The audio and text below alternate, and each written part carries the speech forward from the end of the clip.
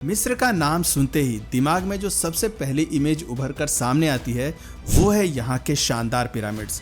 मिस्र में कुल मिलाकर 118 पिरामिड्स को आइडेंटिफाई किया गया है, मगर the great pyramid of Giza की बात ही अलग है।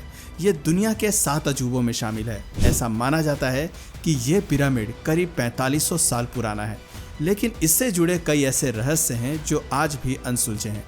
मगर हाल ही में खोजकर्ताओं को यहाँ कुछ खुफिया सुरंगें मिली हैं जिनके बारे में हम हजारों सालों से अनजान थे। जब इन सीक्रेट सुरंगों को खोजकर्ताओं ने अंदर से देखा तो उनकी आंखें खुली की खुली रह गईं। आखिर खोजकर्ताओं की टीम को यहाँ ऐसा क्या अनोखा दिखाई दिया, चलिए आपको बताते हैं। मिस्र का the great pyramid of Giza हमेशा से ही कौतूहल का विषय रहा है। इस पिरामिड को इतने बेहतरीन तरीके से बनाया गया है कि आधुनिक समय में भी कोई इसे दोहरा नहीं सकता। पत्थरों से बनी इस अद्भुत कलाकृति को लगभग 2600 BC में बनाया गया था। यह पिरामिड खुफू राजा की कब्र के तौर पर जाना जाता है। फिरौन खुफू वही हैं जिन्होंने ओल्ड किंगडम के चौथे राजवंश के दौरान शासन किया था।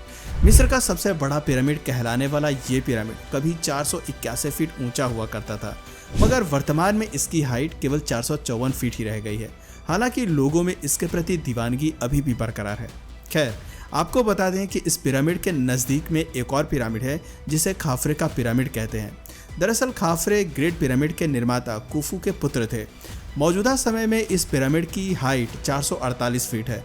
इन सब के बीच चौंकाने वाली बात यह है कि इन पिरामिड्स को बनाने के लिए लाखों पत्थरों का इस्तेमाल किया गया और इन लाखों पत्थरों का वजन भी कुछ कम नहीं था।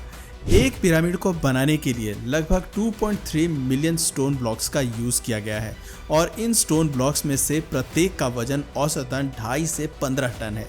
ये सब जानकर हर किसी के मन में पहला सवाल यही आता है कि इतने वजनी पत्थरों को 481 फीट की ऊंचाई तक कैसे पहुंचाया गया होगा। प्रत्येक ब्लॉक्स को एकदम सही जगह सेट करना और वो भी बिना किसी एडवांस मशीनरी के, हाउ इट्स पॉसिबल। बहरहाल बताते हैं कि 1798 में यहाँ फ्रांसीसी मिलिट्री लीडर नेपोलियन कब्जा करने के इरादे से एंशिएंट इजिप्ट आया था। उस वक्त यहाँ मौजूद पिरामिड रेत के नीचे इतना दबे हुए थे कि उन्हें ठीक से देखा भी नहीं जा सकता था। इसके बाद करीब 100 सालों तक यहाँ उत्खनन का कार्य जारी रहा, जिसके बाद 1980 के दशक में जाकर एक बड़ी कामयाबी हासिल हुई। दरअसल खोजकर्ताओं को खाफरे के पिरामिड के नज़दीक कुछ नर कंकाल मिले थे। ऐसा माना जाता है कि ये नर कंकाल उन श्रमिकों के थे जिन्होंने पिरामिड बनाने का काम किया होगा। अगर आपको याद हो तो अधिकांश लोगों का ऐसा मानना है कि पिरामिड का निर्माण स्लेव से कराया जाता था। श्रमिकों पर काफ़ी जुल्म और अत्याचार किए जाते थे, उन्हें मारा पीटा जाता था और कई बार तो उन्हें भोजन भी नसीब नहीं होता था। लेकिन जब खुदाई में मिले श्रमिकों की टेस्ट रिपोर्ट सामने आई तो नतीजे काफ़ी चौंकाने वाले थे। एक्सपर्ट्स का कहना है कि ये लोग गुलाम नहीं थे और इन्हें अच्छा और भरपेट भोजन दिया जाता था। यहाँ तक कि कार्य के दौरान अगर कोई श्रमिक घायल हो जाता था या उसे चोट लग जाती थी तो उसका इलाज भी किया जाता था। बताते हैं कि अगर किसी श्रमिक की मौत हो जाती थी तो उसे सम्मान के साथ राजा के पिरामिड के पास ही दफन करते थे। राजा खुफू की बात करें तो उनके बारे में काफ़ी हैरान करने वाली बातें सामने आई हैं।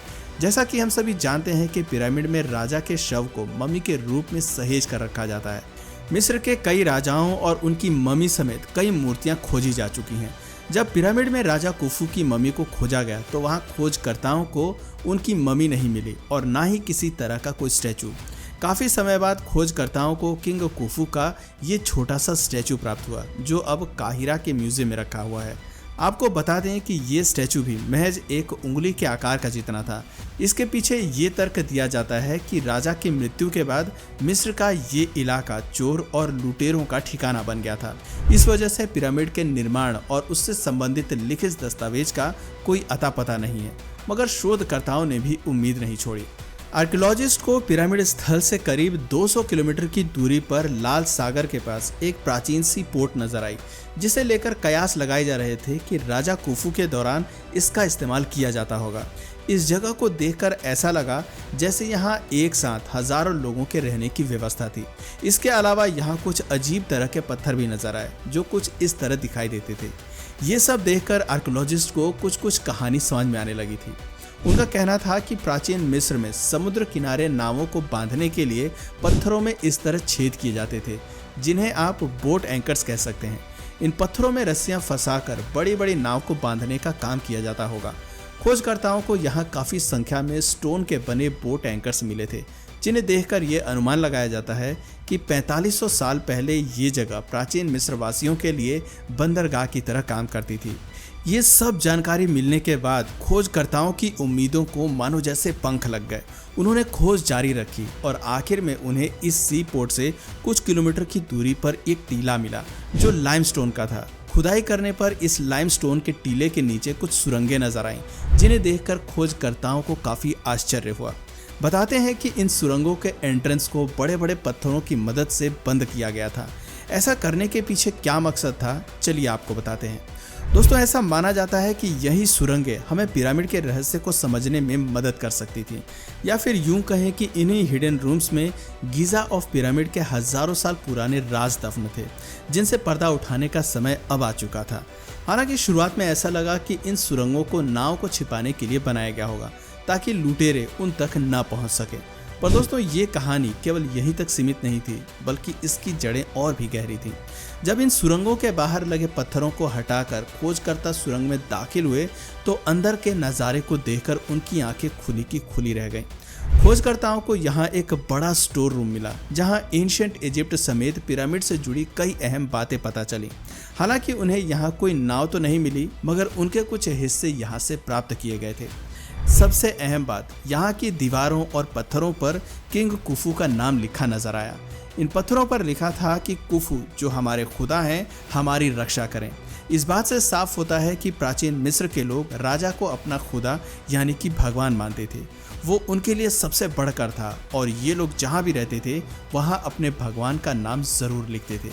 खोजकर्ताओं को यहाँ हिडन रूम से पत्थरों के नीचे दबा एक पपायरस भी मिला, जिससे प्राचीन मिस्र के बारे में कुछ न कुछ नई जानकारी मिल सकती थी। अगर आप पपायरस के बारे में नहीं जानते हैं तो आपको बता दें कि पपायरस एक मोटा कागज होता है, जिसे पपायरस पौधे से तैयार किया जाता था। प्राचीन समय में इन्हीं कागजों पर लिखने का काम किया जाता था और ये कागज ही उस समय के महत्वपूर्ण दस्तावेज होते थे। बहरहाल इस पपायरस पर खोजकर्ताओं की काफ़ी उम्मीदें टिकी हुई थी, मगर इतनी जल्दी कुछ भी हाथ लगने वाला नहीं था। खोजकर्ताओं को काफ़ी इंतज़ार करना पड़ा, क्योंकि ये पपायरस दुनिया में अब तक का सबसे पुराना पपायरस था, तो लाजमी है कि इसकी हालत भी ख़राब थी।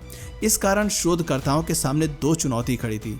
पहला कि इस कागज़ को रीअरेंज करना और दूसरा इस पर लिखी भाषा को समझना। ऐसा माना जाता है कि इस कार्य को अंजाम देने में एक्सपर्ट्स को करीब 6 साल का समय लगा, लेकिन कहते हैं ना कि देर आए दुरुस्त आए। खैर, इस प्राचीन पपायरस की जांच पड़ताल करने पर राजा कुफू के बारे में अहम जानकारी मिली। ये पपायरस एक टाइप का रिकॉर्ड बुक का हिस्सा था। इसे लिखने वाले का नाम मिरर था, जो कि एक सुपरवाइजर था और वो राजा कुफू के लिए काम करता था।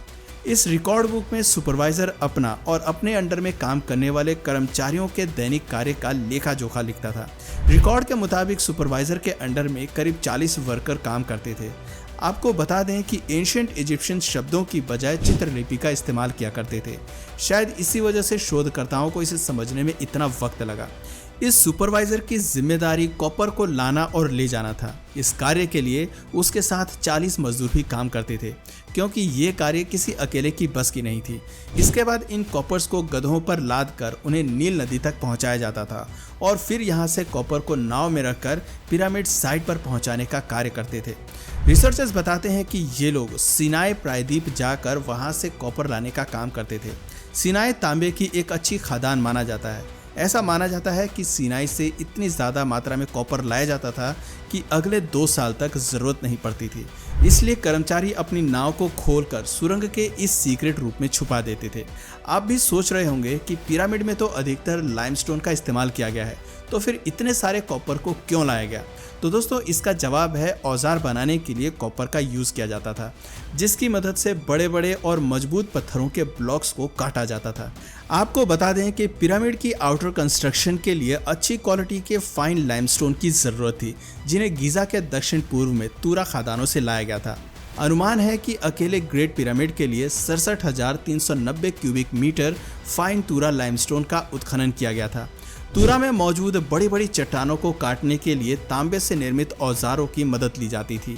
हालांकि इस काम को अंजाम देने में काफ़ी मेहनत लगी, लेकिन प्राचीन मिस्र के लोग इस कार्य में काफ़ी एक्सपर्ट थे, इसलिए वो इस काम को बहुत कम दिन में पूरा कर लेते थे। करीब 4 से 5 दिन में ब्लॉक्स को तैयार कर लिया जाता था। आपको जानकर हैरानी होगी कि महज एक पपायरस की मदद से आर्कियोलॉजिस्ट ने पिरामिड की गुत्थी को काफ़ी हद तक सुलझा लिया था। वो ये जान गए थे कि औजार बनाने के लिए तांबा कहाँ से आयात किया जाता था और इसे कैसे कंस्ट्रक्शन साइट पर पहुंचाया जाता था। साथ ही काम पूरा होने के बाद श्रमिक अपनी नाव को कौन सी जगह पर छिपा देते थे। ये सब जानकारी हासिल करने के बाद शोधकर्ताओं के सामने एक और अहम सवाल खड़ा था। वो ये जानना था कि श्रमिक पिरामिड के टॉप पर इन पत्थरों को कैसे ले जाते थे। आखिर बड़े बड़े ब्लॉक्स को इतनी ऊंचाई तक कैसे पहुंचाया गया होगा। इस सवाल का जवाब जानने के लिए शोधकर्ताओं को पिरामिड साइट से कुछ दूर जाना पड़ा। रेगिस्तान के बीच हैटनब नाम की एक जगह है, जहां से प्राचीन मिस्रवासी किंग के स्टैचू बनाने के लिए पत्थर को काट कर निकालते थे। बताते हैं कि यहाँ भी किंग कुफू का नाम कई जगह देखा गया। खास किस्म के इस स्टोन को इजिप्शियन एल्बेस्टर के नाम से जानते हैं। इतने बड़े स्टैचू को बनाने के लिए पत्थर को बाहर निकालना भी काफ़ी बड़ा टास्क था। आर्कियोलॉजिस्ट की टीम ने इस सवाल का जवाब तलाशने के लिए यहाँ खुदाई का काम शुरू करवाया, जिसके बाद उन्हें सीढ़ियों जैसी संरचना और रैंप देखने को मिली जो नीचे से ऊपर की ओर थी। इस रैंप के किनारों पर कुछ गड्ढे भी थे।